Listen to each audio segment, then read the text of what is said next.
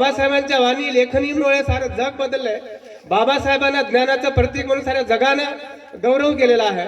युनोमध्ये ते बाबासाहेबांची 125वी जयंती साजरी झालेली आहे आणि युनोनं घोषित केलेलं आहे. युनो म्हणजे संपूर्ण जगांमध्ये जेवढे राष्ट्र आहेत त्या सर्व राष्ट्राची एक संघटना आहे. त्या संघटनेनं असं घोषित केलेलं आहे, सिम्बॉल ऑफ नॉलेज म्हणजे ज्ञानाचं प्रतीक आहेत बाबासाहेब.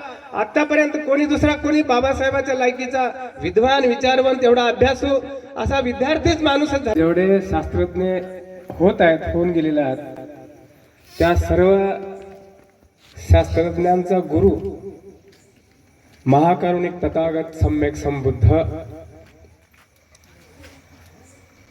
या बुद्धाचा विचार या जगाच्या अंतापर्यंत मानव जातीच्या हिताचा आणि सुखाचा आहे आणि तो कायम टिकला पाहिजे.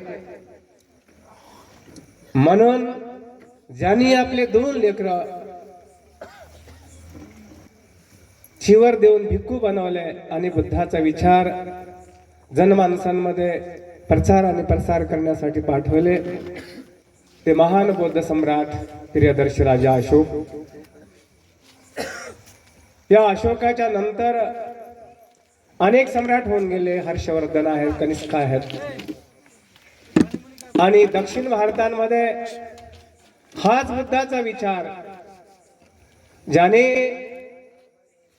लिंगायत धर्माची स्थापना करून या जाती विषमतेच्या बरबटलेल्या देशांमध्ये विभागामध्ये पुन्हा समता प्रस्थापित करण्यासाठी ज्यांनी प्रयत्न केले ते महात्मा बसवांना.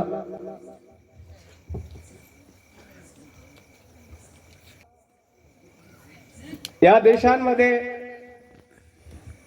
ज्या बुद्धाला ज्या थोर मातेनं जन्म दिला ते माता महामाया, माता प्रजापती, माता यशोधरा, मा जिजाऊ, राजमाता अहिल्या होळकर, माता भीमाई, माता रमाई, सावित्रीबाई फुले, फातिमा शेख,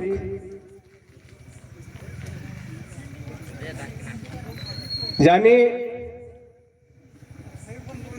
या महाराष्ट्रामध्ये सर्व जाती धर्मातील इमानदार मावळ्यांना एकत्र करून स्वतःचं राज्य प्रस्थापित करणारे छत्रपती शिवाजी महाराज, छत्रपती संभाजी राजे. पुन्हा शिवाजी महाराजांची हत्या झाल्याच्या नंतर, संभाजी राजांची हत्या झाल्याच्या नंतर इथे शिवशाही बुडून पेशवाई उदयाला आली आणि या पेशवाईच्या काळांमध्ये ज्याने शिवाजी महाराजाला आदर्श मानून पुन्हा सत्यशोधक चळवळ सुरू केली ते क्रांतिबा ज्योतिबा फुले, सावित्रीबाई फुले. या ज्योतिबांचा वारसा ज्यांनी आपल्या संस्थानांमध्ये चालू केला ते माणसातील राजा आणि राजातील माणूस छत्रपती शाहू महाराज, ज्याने संसदीय लोकशाही पद्धती या देशाला अर्पण केली. ते भारतीय संविधानाचे निर्माता.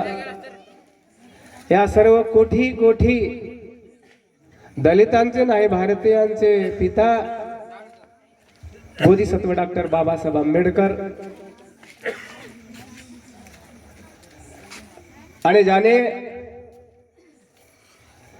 जग बदल घालून घाव सांगून गेले मला भीमराव ह्या एका काव्यांमध्ये त्यांचं संपूर्ण जीवन चरित्र आपल्या पुढे ठेवलेलं आहे आणि सर्व समाजाला दिशा दाखवलेली आहे की हे माणसं नव्हे, इथली ब्राह्मणी व्यवस्था नव्हे, भारतीय संस्कृती बदलणे नव्हे तर गरज पडली तर हे जग सुद्धा बदलावे लागेल कदाचित.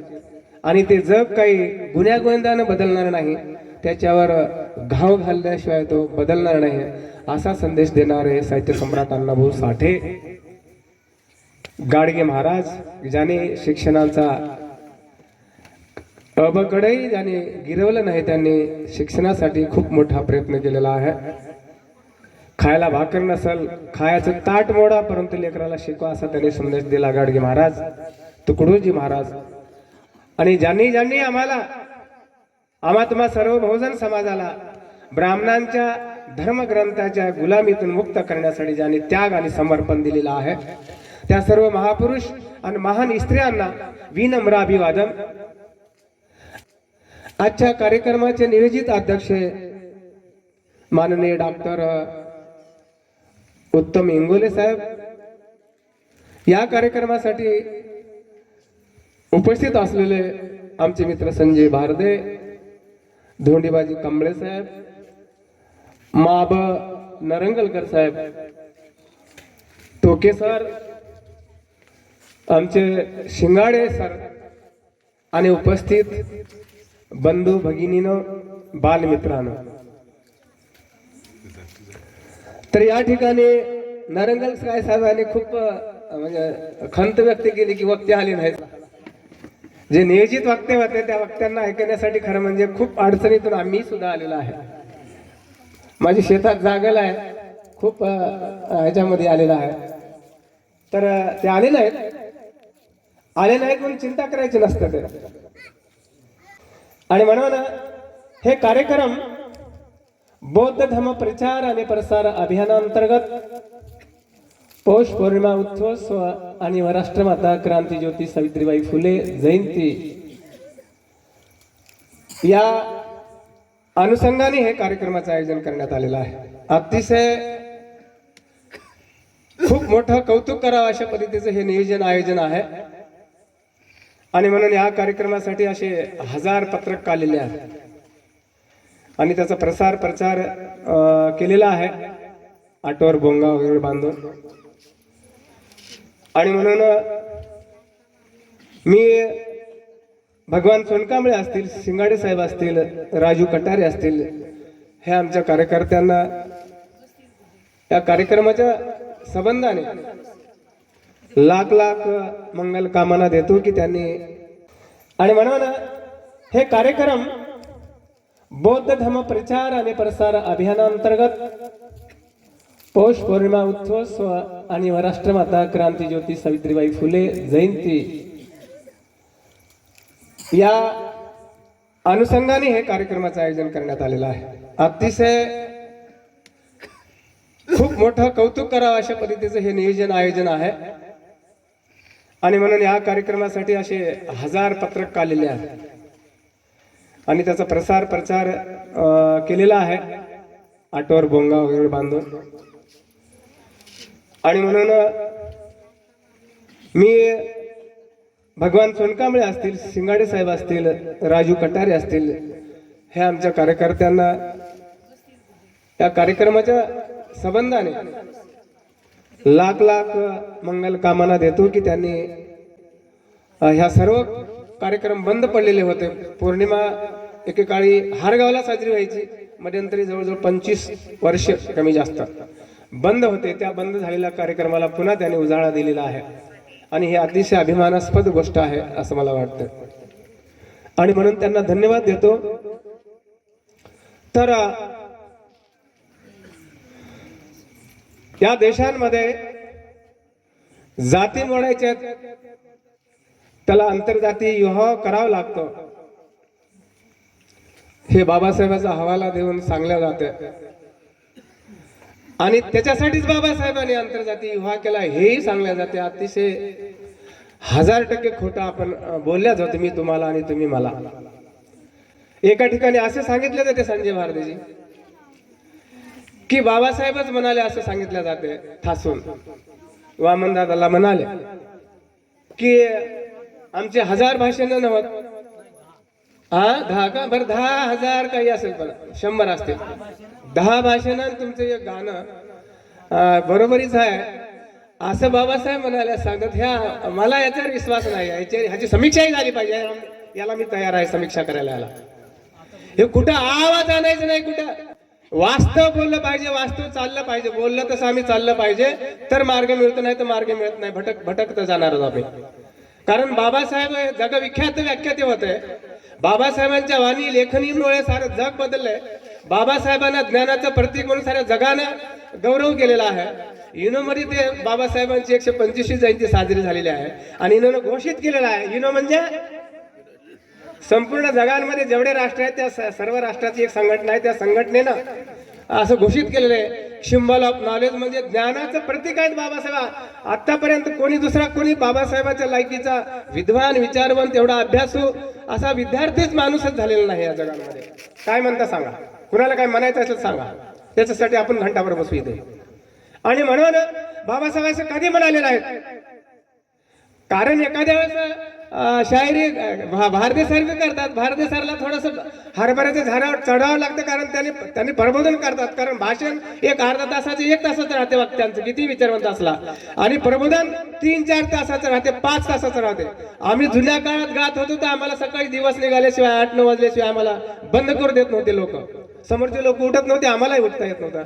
आणि म्हणून अशा पद्धतीने त्यांना ते प्रोत्साहन दिलं, त्यांना त्यांच्या पाठीवर हात थापटला तर ते काम करतील जोमाने. 10-10 कोस, 20-20 कोस, 15-15 किलोमीटर आम्ही पायी चालत जाऊन संध्याकाळी गायन करायचे सकाळी दिवस निघेपर्यंत. आणि म्हणून असे एकदा करायचे म्हणले असले मग तेच डिमडी वाजत बसायची आणि बाकी बाबासाहेब वाचायचं नाही, धम्म वाचायचं नाही, त्याच्यावर समीक्षा करायची नाही, खरं लोकांना सांगायचं नाही, सांगायचं एक आणि वागायचं एक, हे दुट्टपी धोरण धरल्यामुळे बाबासाहेबाची हे समग्र धम्म चळवळ इथं अडकलेली आहे असं मला वाटतं. याच्यावर विचार होणं गरजेचं आहे. आणि म्हणून आम्ही खरं बोलायला शिकलं पाहिजे, कारण आम्ही खरं बोलणाऱ्याचे अनुयायी आहोत.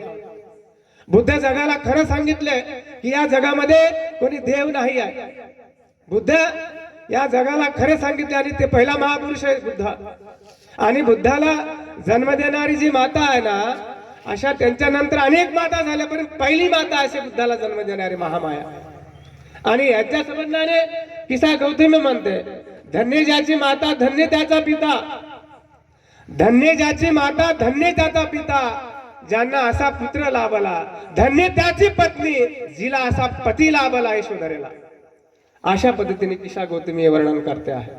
आणि म्हणून जगाच्या पाठीवर बुद्धाच्या अगोदर आणि पुन्हा 1000 वर्ष बुद्धासारखा माणूस जन्मला नाही. आणि म्हणून जगात जे काही संशोधन झालेलं आहे, जे सायंटिस्ट निर्माण झालेले आहेत, ही जी मी माईकवर बोलतो आहे, माझा कमी असलेला आवाज त्याला वाढवून तुमच्याकडे फेकला जाते, ऐकवलं जाते. हे जे सायन्स आहे, हे सायन्सचे काय विकास आहे, हे बुद्धाच्या विचारधारेवर विकसित झालेला आहे.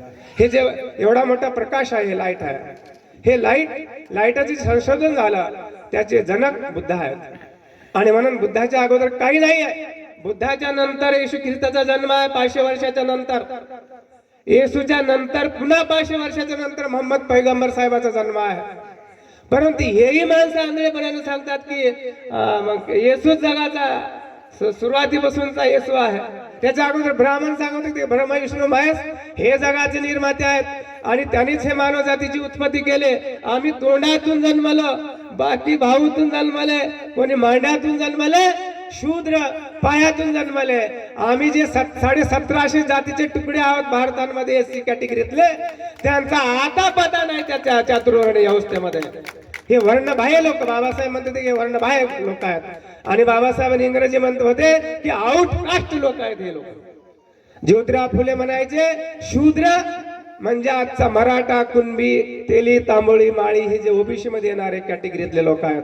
आणि आम्ही अस्पृश्य लोक, ज्याला शिवल्याने शॉक लागतो, 420चा झटका बसतो इतर वर्णाच्या लोकांना, ते लोक अतिशूद्र आहेत.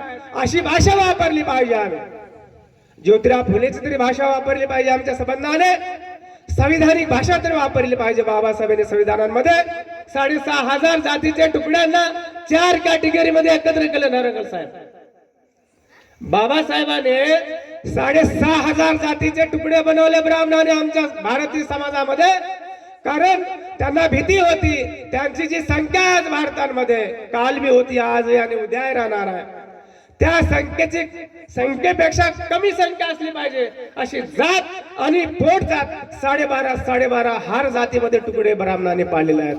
आणि म्हणून ही जात काय गर्व करण्याची नाही, अभिमान बाळगण्याची गोष्ट नाही. एखादा माणूस एक कुत्रा पोसतो आहे आणि कुत्र्याच्या गळ्यामध्ये एक पट्टा बांधला जातो, कुत्र्याच्या गळ्यामध्ये पट्टा बांधला जाते काही खास, तर त्या कुत्र्याचं मोठेपण, त्याचं वजन, त्याचं क्रेडिट वाढावं म्हणून याच्यासाठी नाही बांधला जात पट्टा. पट्टा त्या कुत्र्याचं मोठेपण वाढा, त्याचं वजन आणि क्रीडेट वाढा म्हणून त्या पट्टा बांधला जात नाही कुत्र्याच्या गळ्यांमध्ये, की त्याच्या मालकाला त्या कुत्र्याला जेव्हा पकडायचा आहे तेव्हा पकडायला सोय व्हावी, जेव्हा सोडायचा आहे तेव्हा त्याला सोडता यावं, याच्यासाठी त्याला पट्टा बांधलेला जाते. परंतु कुत्र्याला असं उगच वाटून जाते की बाकीच्या कुत्र्या बिगर पुसलेल्या कुत्र्याला पट्टा नाही, मला पट्टा, असं कॉलर टाईट करते. जातीचा अभिमान बाळगणे म्हणजे कुत्र्याच्या गळ्यातल्या पट्ट्याचा अभिमान बाळगण्याची एवढी खाल्ल्या लेवलची गोष्ट आहे. आणि म्हणून जाती डिनाईट केल्या पाहिजेत.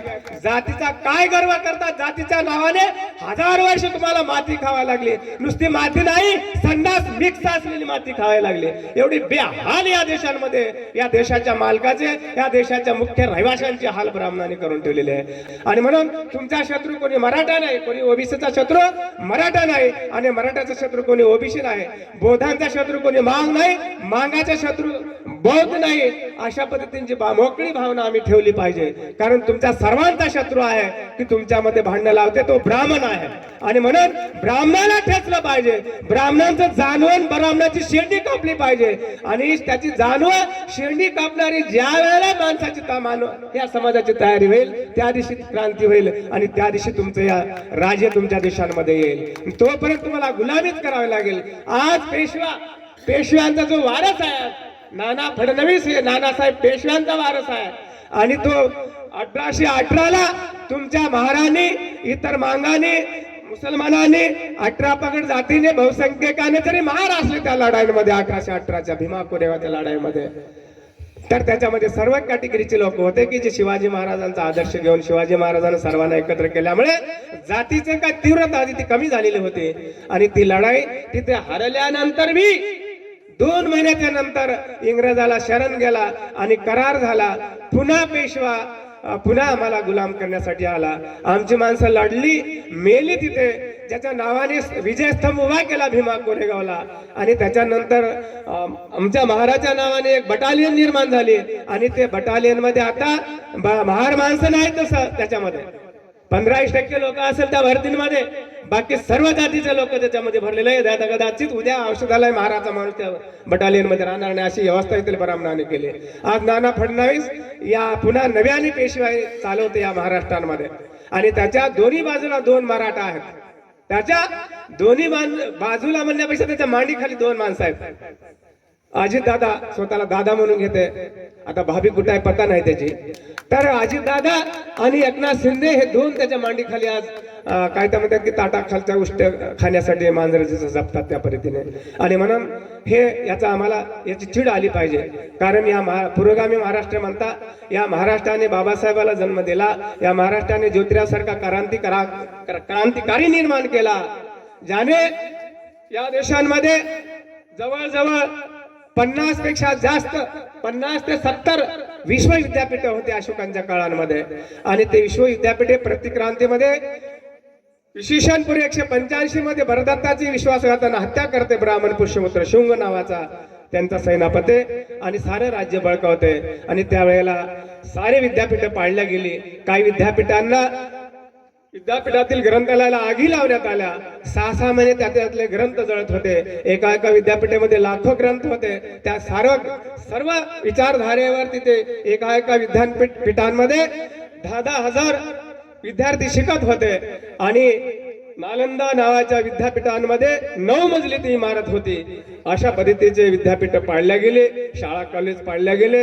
आणि सारं तुमचं शिक्षण हिसकावून घेण्यात आलं, तुम्हाला गुलाम बनवण्यात आला.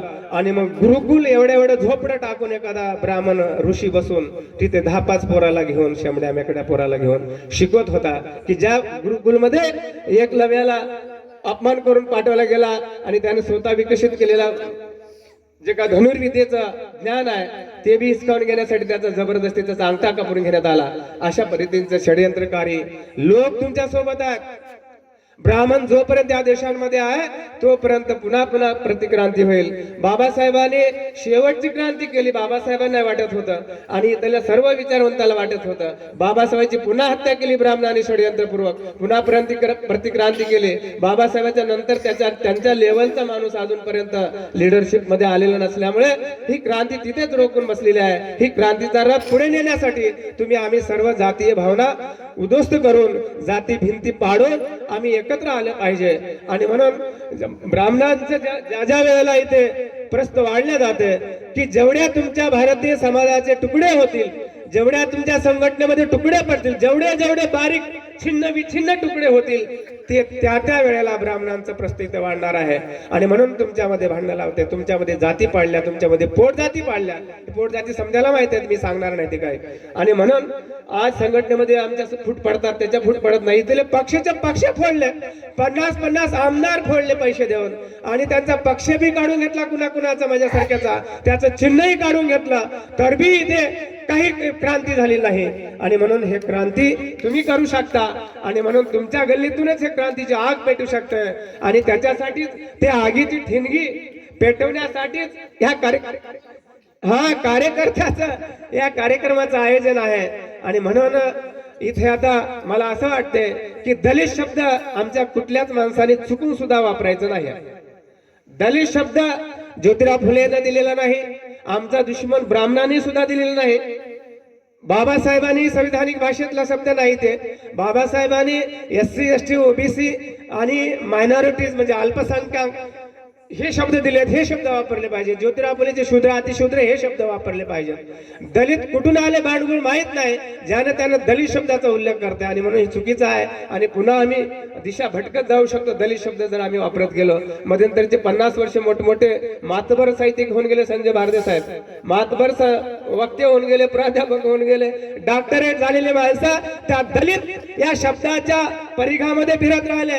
50-60 वर्ष दलित याच नावाने साहित्य लिहित राहिले. आणि आमच्यासारखे छोटे मोठे कवी गायक कवी दलित शब्दावर लाखो गीतं लिहिले, तेच गात राहिले. बुद्ध कुठे गेला पता नाही. आम्ही बुद्ध झालो, एवढा अन्याय अत्याचार या देशांमध्ये महाराष्ट्रामध्ये सहन करून आम्ही बुद्ध झालेला आहे. आणि म्हणून आज बी माणसं चळ कापतात, आज बी माणसं चळ कापतात देवाच्या भूताच्या नावाने. आम्ही ते समजा फेकून देऊन बुद्ध झाल्याच्या नंतर आम्ही दलित कसले आहोत? बौद्ध झालेल्या माणसाला दलित म्हणणं हे पाप आहे, महापाप आहे. हे शब्द सुद्धा संविधानिक नाही, चुकीचा आहे. पण तुम्हाला समजायला कळा म्हणून सांगायला. दलित आम्हाला बौद्ध झालेल्या माणसाला कोणी दलित म्हणू नये. आणि दलित म्हणणं हे चुकीचं आहे. दलित शब्द सुप्रीम कोर्टाचा निकाल आहे की दलित शब्द वापरला तर त्याच्यावर केसेस होऊ शकतात, अट्रॉसिटी सारखा गुन्हा दाखल होऊ शकते. तर बी आमच्या जिभेवर रुळवल्यामुळे काय झालं, प्रत्येकाने आमचा दुश्मन बी आम्हाला दलित म्हणते. आमची माणसं वक्ते परवक्ते बी दलित शब्द वापरतात. आणि म्हणून असं जर झालं तर पुन्हा 50 वर्ष गोंधळात जातील. हे 70 वर्ष तर गेलेच गेले धर्मांतर झाल्याच्या नंतर. पुन्हा 70 वर्ष पुण्या जातीवर अन्याय झाला, दलितावर अन्याय झाला. अरे दलितावर झाला काय, मांगावर झाला काय, कालच्या महारावर झाला का, चांबारावर कुंभारावर आमच्या ढोरावर झाला, कुणावर झाला लिहा ना सारे मीडिया नाही लिहित. सारा गोल लिहिला जाते दलितावर अत्याचार बिहारमध्ये, उत्तर प्रदेशमध्ये, राजस्थानमध्ये अशा पद्धतीने लिहून आम्हाला नेमकं माझ्या भावावर अन्याय झाला माहित नाही, माझ्या मेहनावर अन्याय झालेला माहित नाही. दलित म्हणजे कोण काही शोधलं तर मिळणार नाही कोणी दलित माणूस, कारण इथं माणूसच नाही दलित. जसा हिंदू नाही या भारतामध्ये तसा दलित कोणी माणूस नाही या देशांमध्ये.